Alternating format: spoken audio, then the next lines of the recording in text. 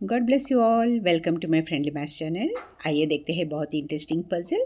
अगर इसे आप अपने आप करना चाहें तो वीडियो यहाँ पॉज करके आप ट्राई कर सकते हैं। आइए अब देखते हैं इसे कैसे सॉल्व करना है। अगर हम यहाँ पर a मान लेते हैं, यहाँ b मान लेते हैं तो a plus B is equal to 8 आ रहा है। इसे c मान लेते हैं तो a plus C is equal to 13 आ रहा है। और इसे अगर d मान लेते हैं तो c minus D is equal to 6 आ रहा है और b plus D is equal to 8 आ रहा है। इस तरह हमने 1 2 3 4 इक्वेशंस को फ्रेम कर लिया। Right everyone. अब देखते हैं स्टेप 1 क्या करना है। Subtracting 4 from 1। इसे 4 को हम 1 में से सब्ट्रैक्ट करेंगे।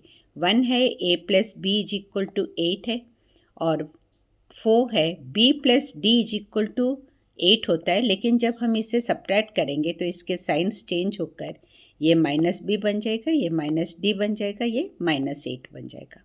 Right everyone. क्योंकि हम इस सारे को हम माइनस से जब हम मल्टीप्लाई करेंगे, minus into plus is equal to minus होकर साइंस चेंज हो जाएंगे। तो यहाँ पर ये plus B minus B cancel हो जाएंगे। A minus D is equal to 0 आ रहा है, therefore A is equal to D. ये एक्चुअली वर्बली आल्सो आप निकाल सकते हो।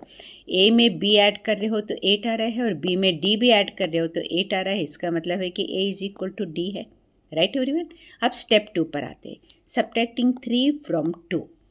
इस 3 को हम 2 में से सब्ट्रैक्ट कर लेंगे तो 2 है a plus C is equal to 13 and 3 है c minus D is equal to 6 है। तो अब इसके साइंस चेंज हो जाएंगे जब माइनस कर रहे।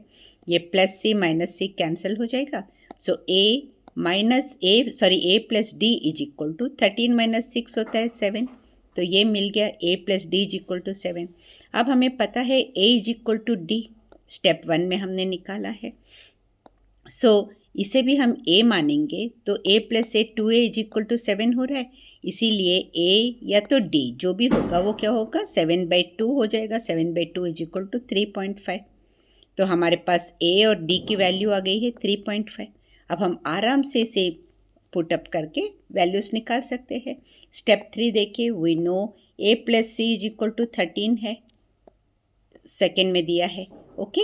a की जगह हमने a कैलकुलेट कर लिया 3.5 है, तो 3.5 plus C is equal to 13। C is equal to 13 minus 3.5 करिए 9.5 हो जाएगा। इसी तरह d भी हम निकाल सकते हैं। b plus D is equal to 4 है 4 में। ओके।